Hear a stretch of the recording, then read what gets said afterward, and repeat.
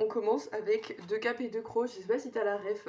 C'est l'histoire de le renard et le loup qui sont potes, c'est des sortes de mousquetaires et qui sont dans un monde un peu magique. C'est vraiment très bien en vrai. Et ça, j'avais le droit de le lire officiellement, comparé à d'autres trucs que je te montre après et qu'on m'a clairement dit non. Et j'ai fait quand même parce que j'étais un rebelle. Mais il y a une scène, à un moment, voilà, ils sont sur une galère là, parce qu'ils se sont fait kidnapper, je sais pas trop comment ils ont fini là, en vrai ça fait longtemps que j'ai pas tout relu. Mais il y a un petit lapin, qui s'appelle Eusep, et qui est trop mignon, vraiment il est trop mimi. Et là le fils de pute de capitaine du bateau, il est là en mode putain, le lapin il rame pas assez vite, on fait quoi? On l'attache au moins, on le fouette, du coup il va pour fouetter le lapin, et je sais que ça se passe pas dans la suite, parce que les deux, c'est les boss, ils arrêtent tout avant. Mais c'est plus l'entièreté de la page où je suis là en mode ouais, je suis exactement comme ça en fait. Je suis vraiment en mode genre, oh my god, il va pas faire ça, c'est une dinguerie de faire ça, c'est un petit lapin, genre. Bref, du coup, j'étais. En fait, tu sais, c'est dans cette phase où tu découvres un peu que l'humain n'est pas toujours bon. Sa vieille tête de ce gag là, comment il a l'air trop sadique, il va frapper un lapin, genre. Bref, on reste ensuite un peu dans le prom dog. Putain, j'ai peut-être pas noté, si j'ai noté la page. Avec Torgal. Alors, bon, il y a plein de trucs qui m'ont marqué dans Torgal, il y a plein d'agressions dans tous les sens, il y a plein de gens qui baisent, il y a plein de trucs. Quand j'étais gosse, j'ai pas fait gaffe à tout ça. Vraiment, j'ai trouvé plein d'explications logiques pour les choses, pour pas comprendre, si j'étais petite.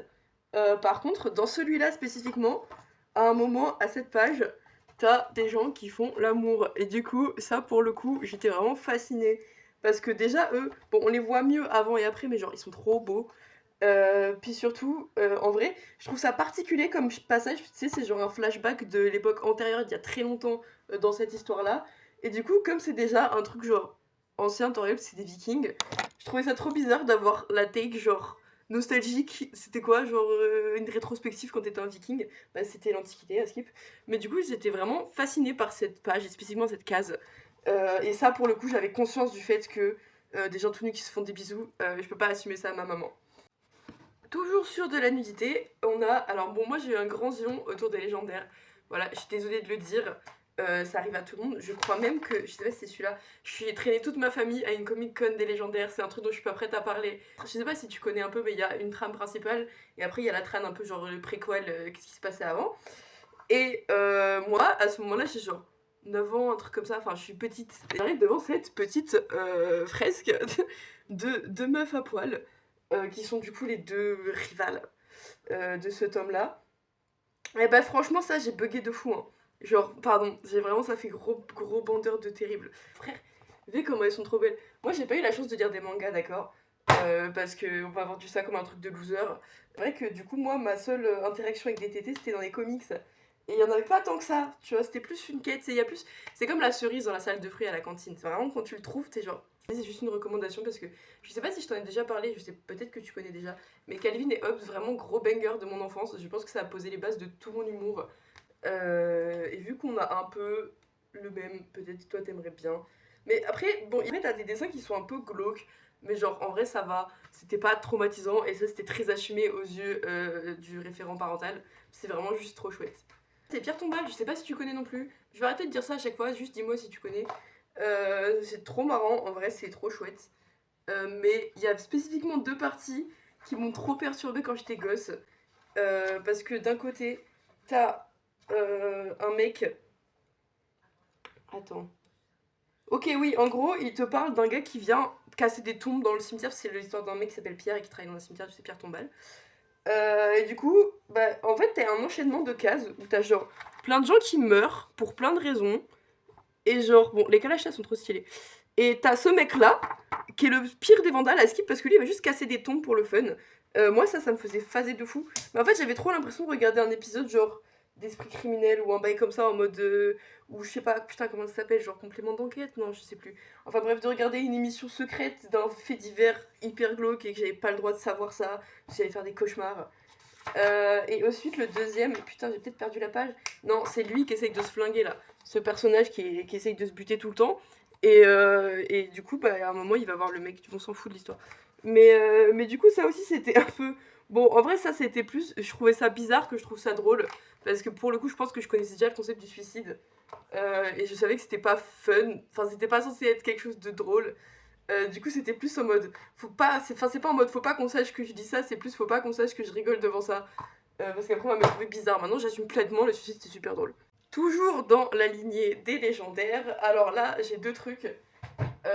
Bon, il y a vraiment plein de trucs qui me font me questionner quand je les refeuillette maintenant sur les intentions de l'auteur. Parce que par exemple, dans celui-là, elle, c'est la fille de elle, et lui, c'est un peu la figure paternelle de elle, et lui, il couche avec elle d'ailleurs. Parce que le père, je sais plus pourquoi, mais c'est un sgeg. Mais du coup, putain, j'ai déjà perdu la page. Ah non, je suis vraiment un énorme vieille. Je vais te parler en attendant. Mais du coup, bah, il grandit avec elle, elle l'aide et tout. Et un jour, il est en train de la consoler. Et là, elle le pécho. Donc en gros, elle pécho ce qui est plus ou moins son papa. Pourquoi? Parce qu'elle l'a vu Tchoukou avec sa mère, je crois. Et qu'elle est vénère. Et du coup, enfin, c'est un peu le fight entre elle et sa daronne. Donc je pense que c'est un truc de vengeance. Bon, après, bien sûr, il la tège en mode non, trop pas. Sauf que ça, c'est genre dans son adolescence. Elle a 16 ans à ce moment-là, tu vois. Et dans un tome beaucoup plus ultérieur dans la chronologie, pas dans les dates de sortie, je crois que ça, j'en sais rien, eh ben en fait, il se repécho. Bon, là, c'est elle, elle a les cheveux verts. Et là, pour cette fois, c'est dans le but de quoi? C'est dans le but de lui cracher un truc dans la bouche pour gagner un combat. Bref. Mais tout ça pour dire, on est quand même sur une sorte de pseudo-inceste qui se produit par deux fois. Et je sais toujours pas expliquer pourquoi, mais ça me mettait super mal à l'aise. Et surtout que lui, en fait, on apprend que elle, c'est la sœur à l'autre meuf là de 16 ans du début. Du coup, qu'elle est héritière légitime de la couronne, parce qu'elle est plus âgée. Et lui et elle, je crois qu'ils se. Un peu, mais parce qu'il a mis un parasite dans elle. Mais ça aussi, techniquement, c'est de l'inceste parce que c'est un peu son daron, quoi. Genre, c'est lui qui les a fabriqués dans des éprouvettes et qui les a un peu élevés, genre. Enfin bref, du coup, je sais pas, ce truc de multiple inceste et tout. Ok, c'est une famille royale, mais je trouvais ça un peu glauque quand même. Et du coup, bah. Mais ça, c'est plus moi, mon avis, c'est pas tant un truc, j'avais honte. Bah, j'ai lu plein de trucs, et notamment ces deux bouquins de Stephen King où ça baisse fort dedans, mais de manière très glauque.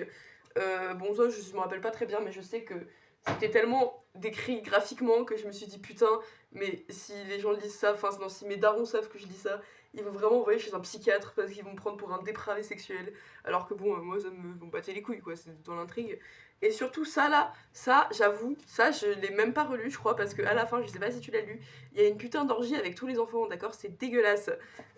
Il l'a justifié de plein de manières, et franchement, moi j'ai décidé de faire genre que l'histoire existe sans ce chapitre, mais genre, je sais pas si tu imagines la mentale, j'ai genre 9 10 ans, je suis en train de lire un bouquin qui fait déjà peur, et j'arrive à la fin, et genre t'as tout un groupe de potes, d'enfants, qui baissent tous la même meuf, et t'es juste en mode genre, what the fuck, genre. Parce que tu sais, il faut relire plusieurs fois pour comprendre, c'est écrit bizarrement en plus. Et du coup, j'étais juste en mode, mais qu'est-ce que je suis en train de lire? Je suis dans un. Et là, c'est la seule fois où je me suis fait cramer, je me suis fait engueuler. C'est que ça, c'est un bouquin que mon père, il nous lisait des fois avant qu'on dorme. Souvent, il avait la flemme. Et du coup, moi, je me suis dit, je suis une femme indépendante, je vais le lire moi-même. À ce moment-là, j'ai genre 6 ans, un truc comme ça. Et du coup, mais mon père, il m'avait dit, non, non, non, tu le lis pas toute seule, puisque toutes les histoires, elles sont pas ok pour les enfants.